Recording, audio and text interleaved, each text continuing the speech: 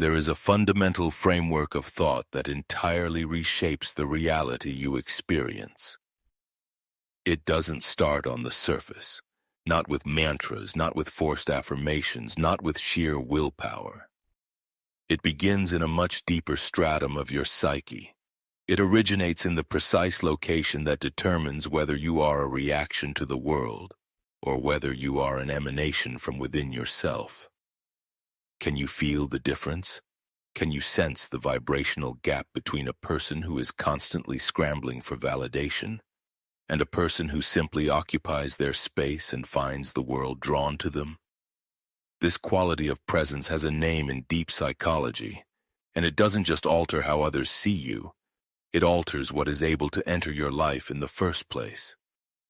Over the next few minutes, you are going to discover the precise reason why some individuals seem to effortlessly attract profound respect, deep connections, and unseen opportunities, while others pour out their energy, burn themselves out, and remain completely invisible. This isn't about learning external strategies or manipulative social tactics. This is about a core, internal reorganization of your psychic architecture. The psychoanalyst Carl Jung identified this as the critical difference between an inflated, fragile ego and a truly integrated self. The difference is invisible to the eye, but its effect is nothing short of magnetic. What you're learning here isn't a life hack. It is a profound recalibration of your entire operating system from the inside out.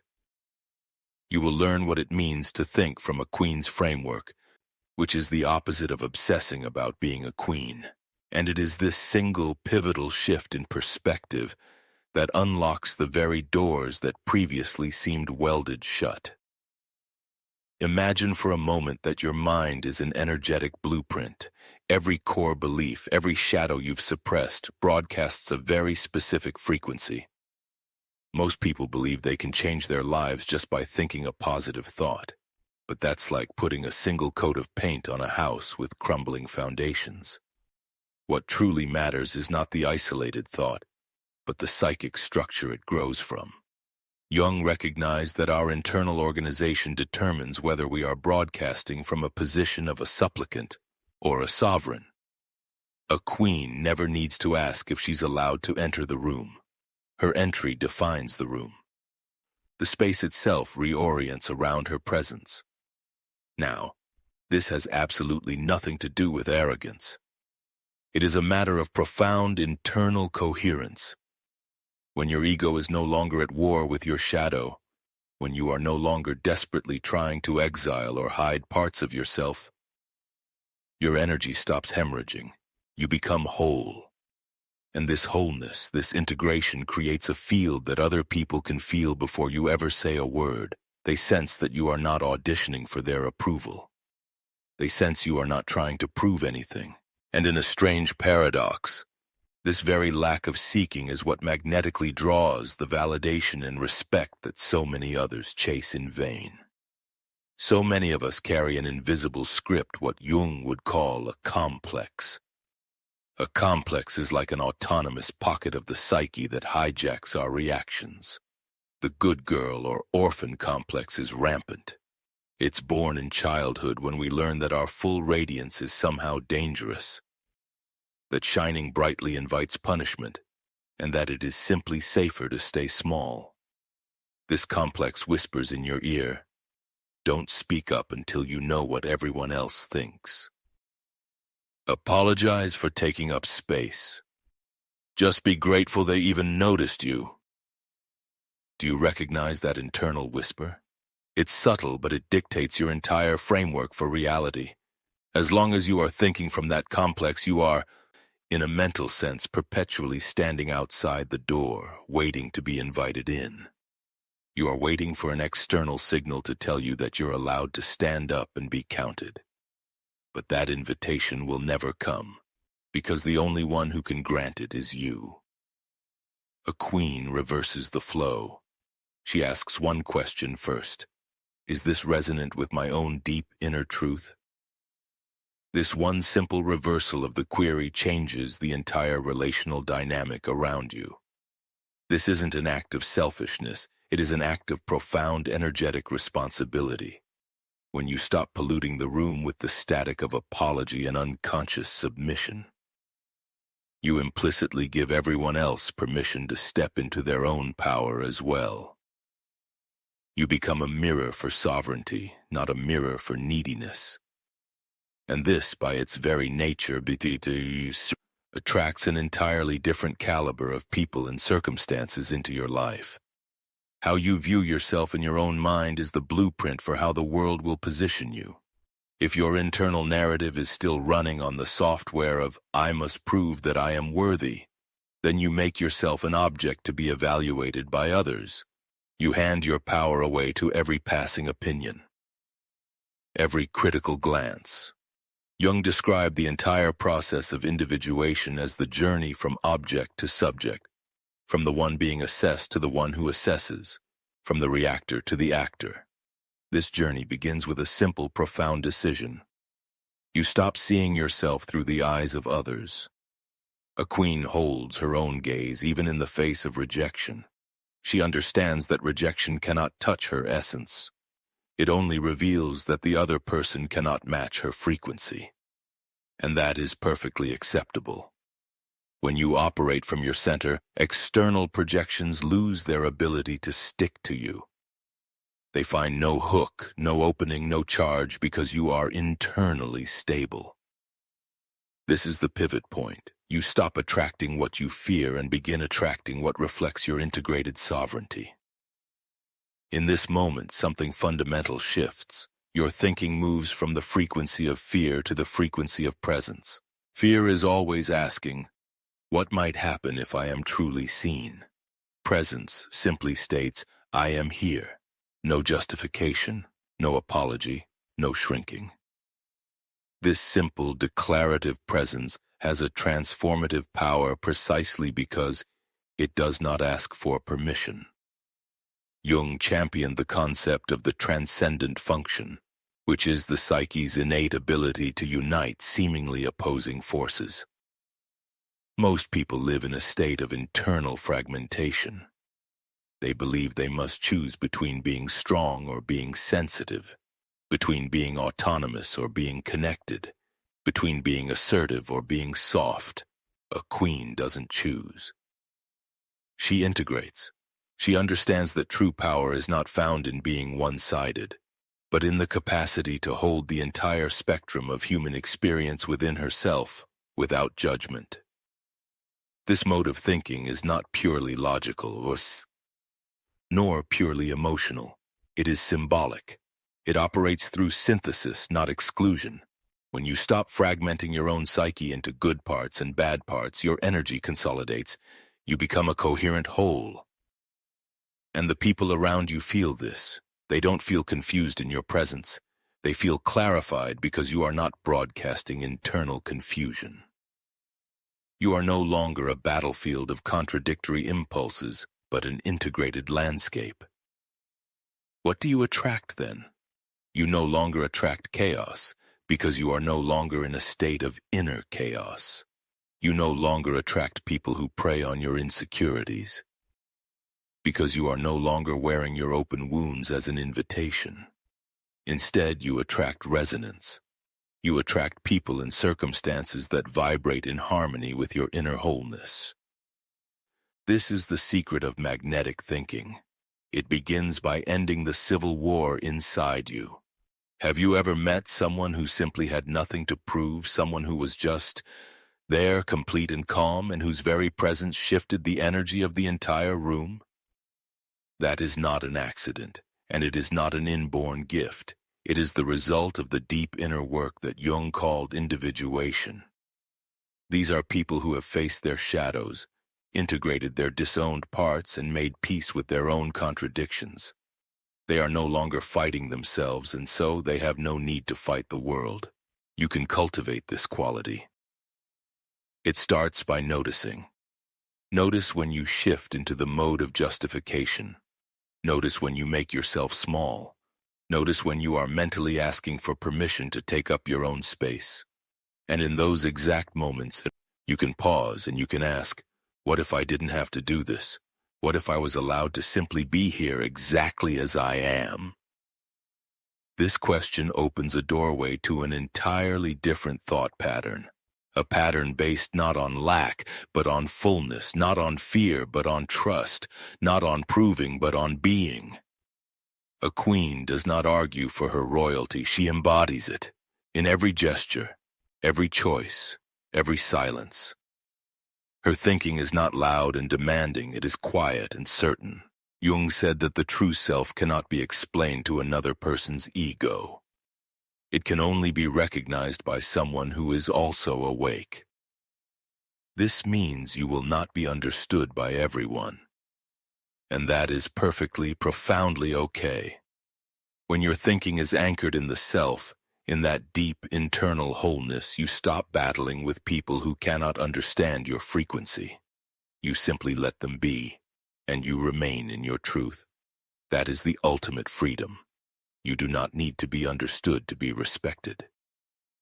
Your presence is enough. This certainty is magnetic precisely because it is not needy. It does not ask. It does not demand.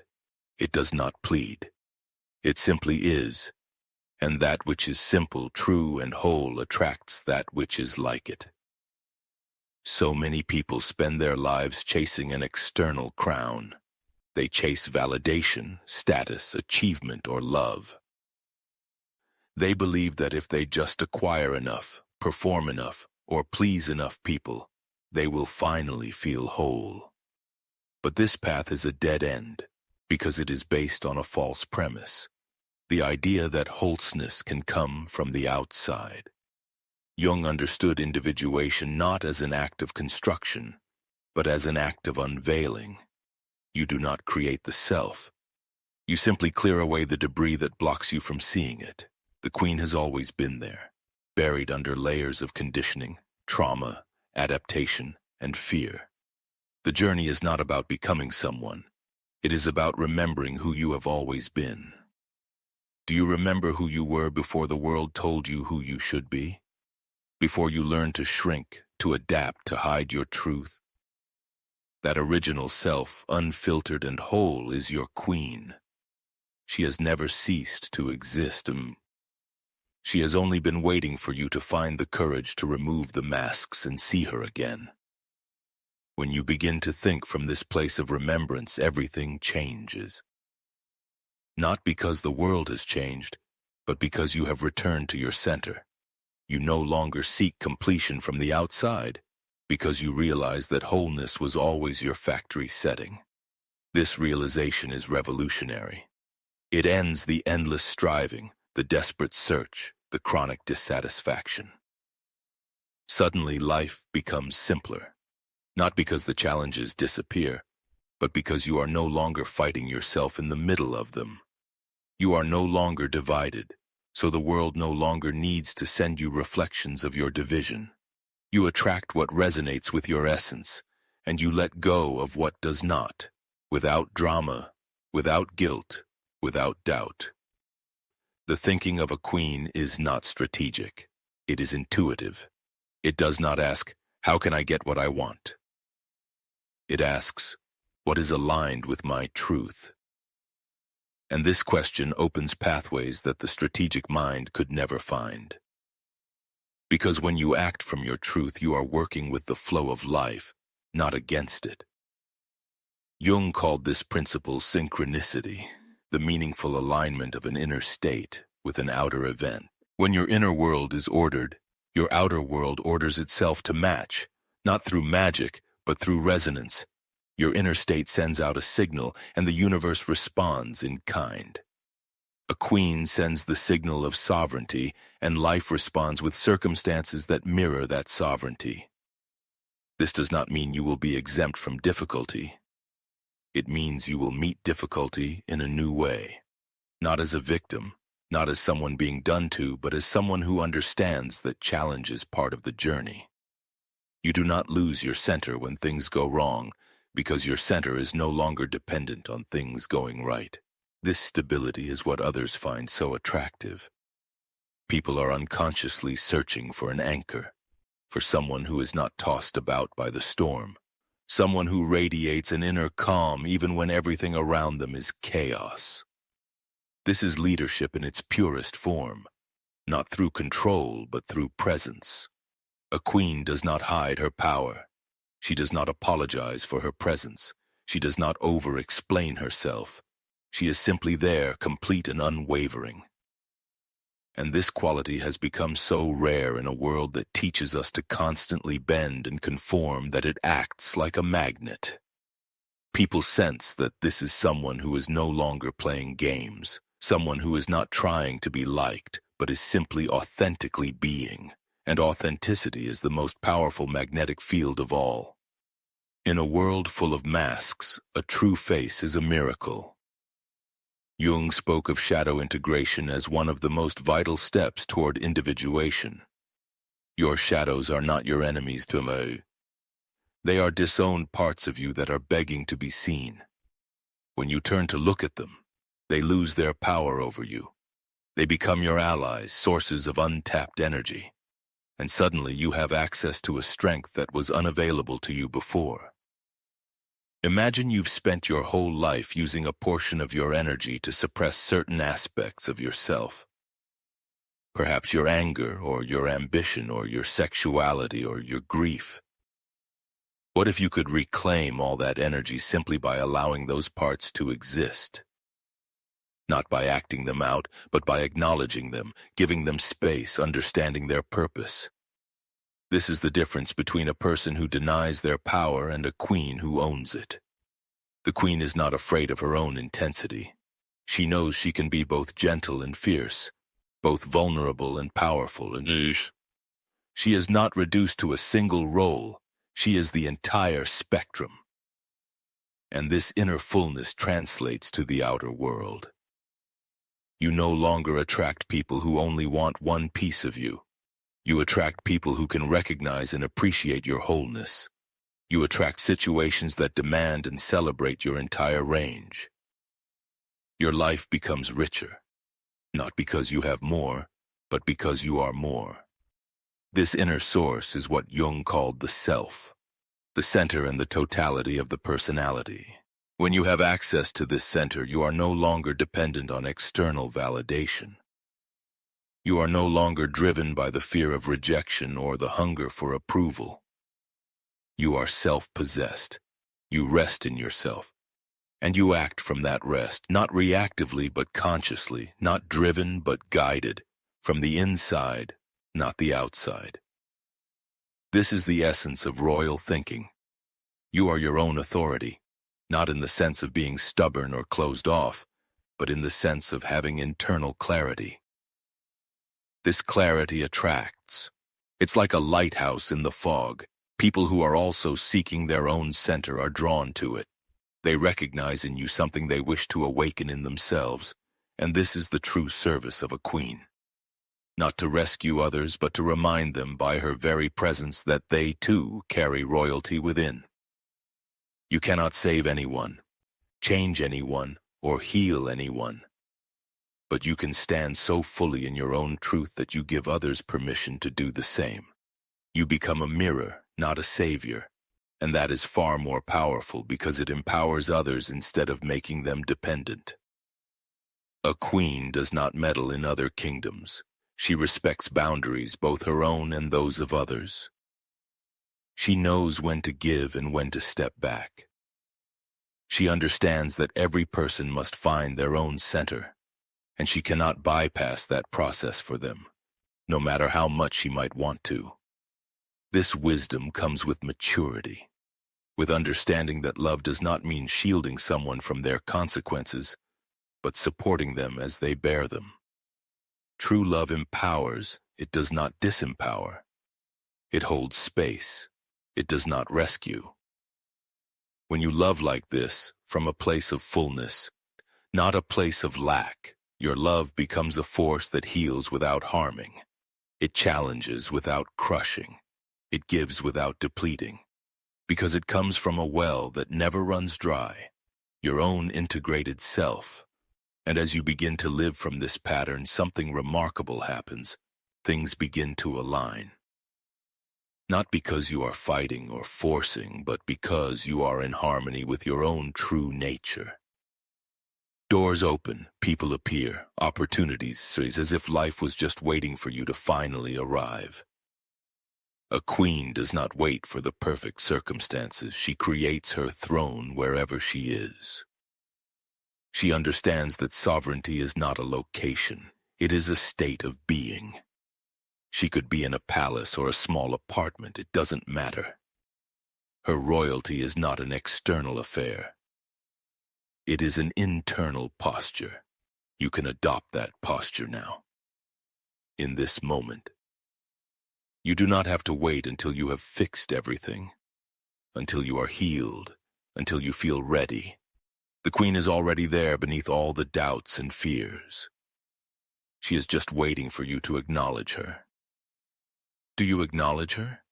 That voice inside you that knows, that has never doubted, that has always been there, quiet and patient? That is your royal essence.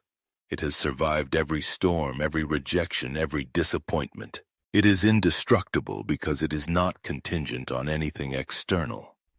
When you begin to think from this essence, your entire reality recalibrates. You no longer attract from a place of fear. You attract from a place of truth. You no longer attract from a place of lack. You attract from a place of fullness. You no longer attract from neediness. You attract from sovereignty. And what you attract will mirror this transformation. People who respect your dignity. Situations that honor your wholeness. Opportunities that call forth your true potential. This is the secret. You attract what you are, not what you pretend to be. And the more you grow into your truth, the more magnetic your life becomes. This doesn't mean life will be easy, but it means you will have an internal anchor that will hold you through any challenge. You won't lose your center when things go wrong because your center is no longer tied to external circumstances. It is anchored in yourself, in that deep inner truth that can never be shaken. Jung called this the archetype of the self, the image of wholeness that every human carries within. This image is not static. It unfolds over a lifetime. But it was always there, as a potential, as a seed, as a promise. Individuation is the process of that seed becoming a tree, and that tree, your full self-realization, is what the world needs. Not another copy, not another adaptation, not another person trying to fit in. But you, in your full, unfiltered, radiant truth. That is your contribution. That is your throne. That is your crown. You do not have to earn it. You do not have to fight for it. You do not have to be granted it by someone else. It has always been yours. You just forgot to wear it. But right now, in this moment, you can choose to remember. The remembrance begins with a simple decision. I will no longer apologize for my existence. I will no longer make myself smaller than I am. I will no longer ask for permission to live my own life. I will take my place, not with arrogance, but with dignity, not with demand, but with certainty. When you live from this decision, everything changes. Your voice becomes firmer, your boundaries become clearer, your choices become more authentic. You stop working against yourself and start working with yourself. And that is the turning point where life stops being a battle and starts becoming a dance. Not everyone will understand your dance. Not everyone will hear your music. And that is perfectly fine. A queen does not dance for applause. She dances because the dance is her expression, her truth, her joy. And those who are meant to hear her music will find her and join in. The others will walk on by, and that is fine too. You are not here to please everyone. You are here to live your truth, and that truth is the most powerful magnetic field in existence. It attracts what belongs to you and repels what does not. Trust this process. Trust your inner queen. She knows the way, even when your mind cannot see the path. This path is not always comfortable. It will challenge you to release your old patterns, to give up your familiar roles, to leave your comfort zone. But it will lead you home. home to yourself. And that is the only journey truly worth taking. This is the restitution of the throne, the reclaiming of your power, your dignity, your sovereignty. No one ever truly took it from you. You gave it away. But now you can take it back, in this moment, with a single decision. I remember who I really am. And who are you, really? Not the conditioned version, not the adapted one, not the frightened one. You are the queen who was always there, who never left, who was just waiting for you to find the courage to see her. She is your essence, your truth, your power. When you think from this essence, when you act from this truth, when you live from this power, you attract everything, not because of what you do, but because of who you are. You are complete, undivided, whole, and wholeness is magnetic. The secret of the queens was never a secret. It was always inside you, hidden in plain sight. You just had to learn where to look within, to remember. And now that you remember, what will you do? These questions are not rhetorical. They are an invitation to make a choice that only you can make.